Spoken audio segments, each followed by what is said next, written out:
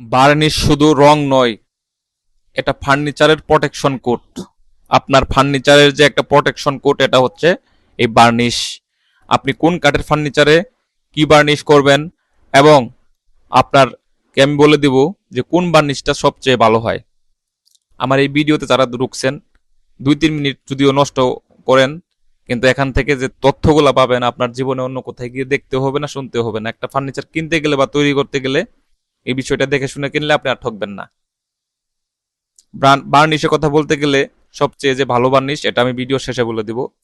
তো এই বার্নিশ হচ্ছে আপনার 3 প্রকার অথবা 4 প্রকার, যাই বলেন না কেন, আরো বিভিন্ন প্রকারের হতে পারে, কিন্তু আমার ধারণা মতো 4 প্রকার। একটা হচ্ছে আপনার কাঠ কালার, আরেকটা হচ্ছে আপনার মোটা কালার, এখানে বিভিন্ন রকমের কালার হয়। আরেকটা হচ্ছে চুষ বার্নিশ। আবার আরেকটা হচ্ছে আপনার, অনেকেই অনেক নাম দেয় এটারে, আমার নামটা মনে পড়তেছে না। ওইটাও একটা কাঠ কালারের মতোই, ওইটা আরেকটা বার্নিশ। কি চাষ বার্নিশ। এই চার চার প্রকার।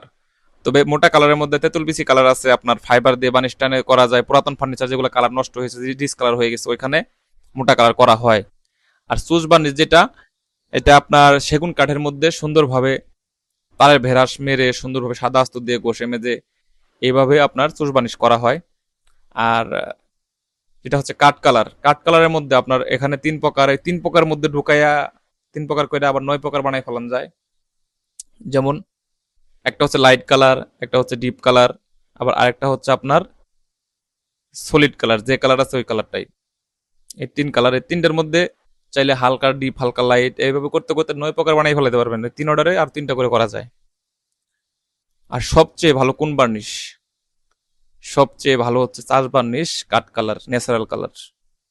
এইটা আপনার ফার্নিচারের কাঠ যদি আপনার সারি কাঠ হয়, এবং আপনার ফার্নিচারটি যদি দীর্ঘস্থায়ী কালার টিকাতে চান, কাঠ কালার এবং ন্যাচারাল কালার এর বিকল্প কোনো কালার নাই।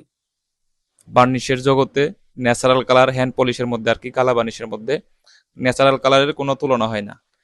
আপনি ন্যাচারাল কালার করবেন, ফার্নিচার দীর্ঘস্থায়ী কালার টিকসই হবে এবং দেখতেও মনোমুগ্ধকর হবে। আপনি চাইলে প্রতি 5 বছর পরে অথবা 10 বছর পরে ধুয়ে মেজে আবার এই ন্যাচারাল কালার করার জন্য একটা মিস্ত্রি ডেকে কালা বার্নিশ করাবেন, অল্প খরচে আবার নতুনের মতো হয়ে যাবে। যদি আপনার কাঠটি আগে থেকেই শুকনা কাঠ দিয়ে তৈরি করা থাকে ফার্নিচারটি, তাহলে মানে তেমন মানে ফাটবেও না, বার্নিশও নষ্ট হবে না, আপনার বার্নিশও দীর্ঘস্থায়ী হবে, আপনার ফার্নিচারটিও দীর্ঘস্থায়ী হবে। ভিডিওটি ভালো লাগলে লাইক কমেন্ট শেয়ার করবেন, পেজ থেকে যারা দেখছেন ফলো করবেন, আর ইউটিউব চ্যানেল থেকে যারা দেখছেন সাবস্ক্রাইব করবেন। আর এ ধরনের ভিডিও পেতে আমাদের সাথেই থাকবেন। পরবর্তী ভিডিও কি বিষয়ে চান কমেন্ট বক্সে জানাবেন। আল্লাহ হাফিজ।